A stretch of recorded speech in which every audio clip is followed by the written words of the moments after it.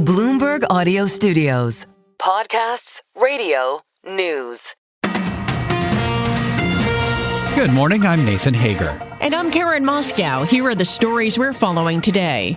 Karen, we begin with the impending major winter storm that will affect a large part of the country. The East Coast set to be particularly hard hit. Let's get the very latest. Bloomberg meteorologist Craig Allen is with us. Craig, what's the update? We are definitely going to get our share, Nathan. And the first thing is that a cold weather advisory is in effect. You need the cold air. That's coming in during the day today. As for the snowfall, that's next. We are all under a winter storm watch from Washington on up through Philadelphia to New York City and all the way on up to Boston. What this means is that there's the potential for 6 inches of snow or more. It will start sometime late Saturday night and continue into Sunday for Washington. It will probably start around Sunday morning or so around the New York City area and then take until mid-afternoon on Sunday to reach on up into Boston. It's going to start hard and fast and stick immediately because of all that cold air. And I suspect we'll all start with a 6-inch snowfall. There could be a top number of 12 to 18 inches of snow in any of these areas along the I-95 corridor. And the only thing that would keep those numbers down is if there's a mix with sleet and freezing rain, a little changeover towards the end. I will have more updates on this to follow as we go through the morning. Karen and Nathan, back to you. Well, before we let you go, Craig, got to know when this is expected to end. Oh, you know what? This is a long duration event. So what we get during the day on Sunday, whether it starts in the morning, the afternoon, or later in the afternoon for up into New England, it is not going to completely end until Monday. I would say somewhere close to lunchtime on Monday. So we're easily going to see about a 24-hour event of snowfall, possibly, as I said, mixing with some sleet or freezing rain towards the end of it to make it even that much more icy. And then after that, the cold stays right through the week. That snow's not going anywhere. All right, Craig Allen, thanks so much. And as you said, we will be checking in with you throughout the morning. The storm is already having an impact on the airlines. They're making contingent plans for an expected weekend of messy travel. And Bloomberg's Tom Busby continues our team coverage. U.S. carriers are out with backup plans for passengers ahead of wicked winter weather expected to impact 125 million Americans from today through Monday and disrupt air traffic from coast to coast. Delta offering to rebook flights to and from 41 airports in the South and Southwest. United waiving change fees for flights at 61 airports. And American will do the same at airports from New Mexico to Virginia. Even low-cost carriers like Spirit, Southwest, and JetBlue will waive fees for travelers. Tom Busby, Bloomberg Radio. All right, Tom, thank you. As we continue to track the weather, we want to turn now to President Donald Trump and his foreign policy plans because we're learning more about his framework for a future deal on Greenland. Sources tell Bloomberg News that the U.S. wants to rewrite its defense agreement with Denmark to remove any limits on its military presence on the island. The current arrangement was signed in 1951, amended in 2004. It currently calls for the U.S. to consult with both Denmark and Greenland before making any significant changes. The president says his goal is permanent total access to the island. We can do anything we want. We can do military. We can do anything we want. And it's being negotiated, and let's see what happens. I think it'll be good. President Trump spoke aboard Air Force One on his way back to Washington from Davos. Danish Prime Minister Mette Frederiksen says she's open to expanding the 1951 treaty. I think everybody in NATO agrees about that, the Arctic states, but also other member states, that we need a permanent presence from NATO in the Arctic region, including around Greenland. But Danish Prime Minister Mette Frederiksen says the question of Greenland's sovereignty is a red line. And now, Nathan, with President Trump making progress on Greenland, he's openly musing about sending NATO troops to the southern border with Mexico. He posted the idea on social media, saying maybe the U.S. should invoke Article 5, force NATO to come to the U.S., and free up Border Patrol agents for other tasks. It's unclear whether the post was just a jab or laying the groundwork for a serious policy statement. President Trump has long claimed NATO's Article 5 mutual defense obligation is a one-sided deal against the U.S.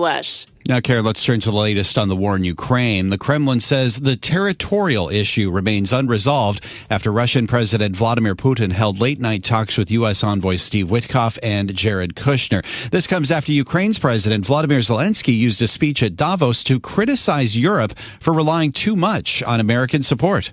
Dear friends, we should not degrade ourselves to secondary roles, not when we have a chance to be a great power together. We should not accept that Europe is just a salad of small and middle powers seasoned with enemies of Europe. When united, we are truly invincible. President Zelensky says top Ukrainian officials will attend planned talks today with the U.S. and Russia in the United Arab Emirates. Well, Nathan, President Trump says his new Board of Peace is withdrawing Canada's invitation to join. It comes just days after Prime Minister Mark Carney issued a withering speech at the World Economic Forum in Davos, warning against coercive tactics by the world's great powers. Carney returned to Canada with a similar message. Now, Canada can't solve all the world's problems, but we can show that another way is possible, that the arc of history isn't destined to be warped towards authoritarianism and exclusion. It can still bend towards progress and justice.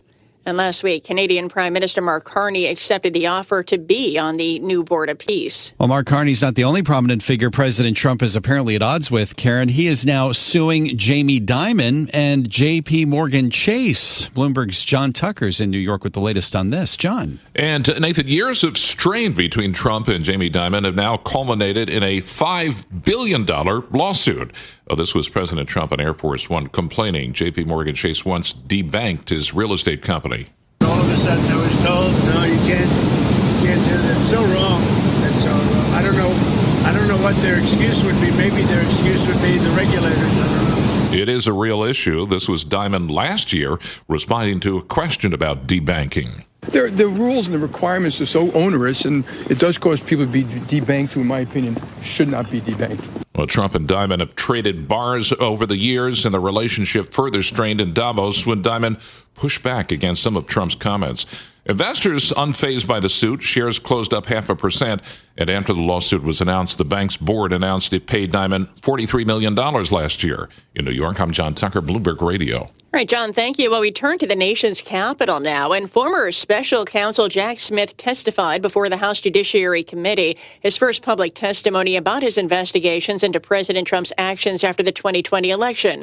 Bloomberg's Amy Morris reports from Washington. The committee is looking into what it calls politically motivated prosecutions of President Trump, targeting the investigators who scrutinized the president.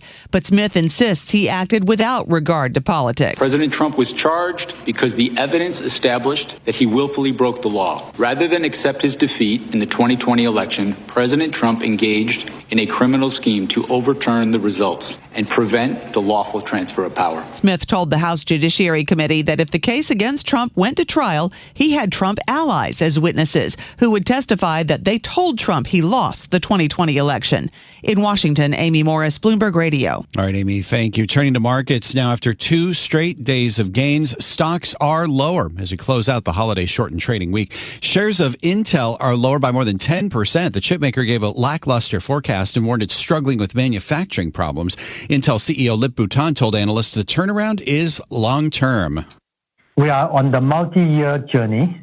It will take time and resolve, but my team and I are committed to rebuilding this iconic American company and increasing the long-term value for our shareholders. Intel CEO Lip Bhutan's first quarter projections for revenue and earnings both fell well short of Wall Street estimates.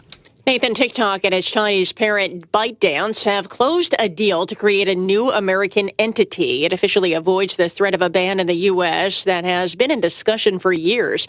The social video platform company signed agreements with major investors, including Oracle, Silver Lake, and MGX, to form the joint venture. The new entity will be responsible for moderating content on TikTok and protecting U.S. users' data. And sticking with Asia, Karen, as expected, the Bank of Japan has held rates steady. The BOJ issued higher inflation forecasts that leave the scope for a hike to come earlier than expected this summer.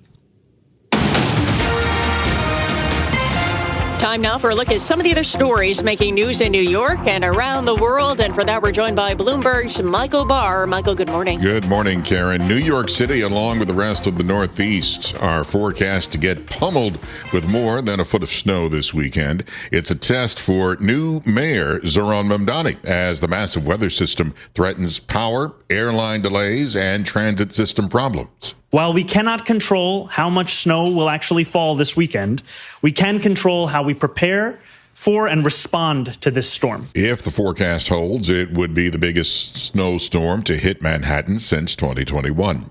Minnesota has been the center of immigration raids for weeks, and the latest case has local advocates outraged. Attorneys and school officials say a 5-year-old coming home from preschool was taken by federal agents along with his father.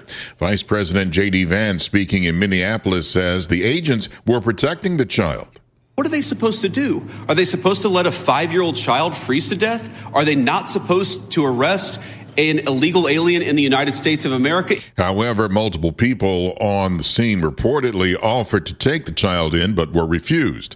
Defense attorney Mark Prokach pushed back on Vance's remarks, accusing the boy's father of being in the U.S. illegally.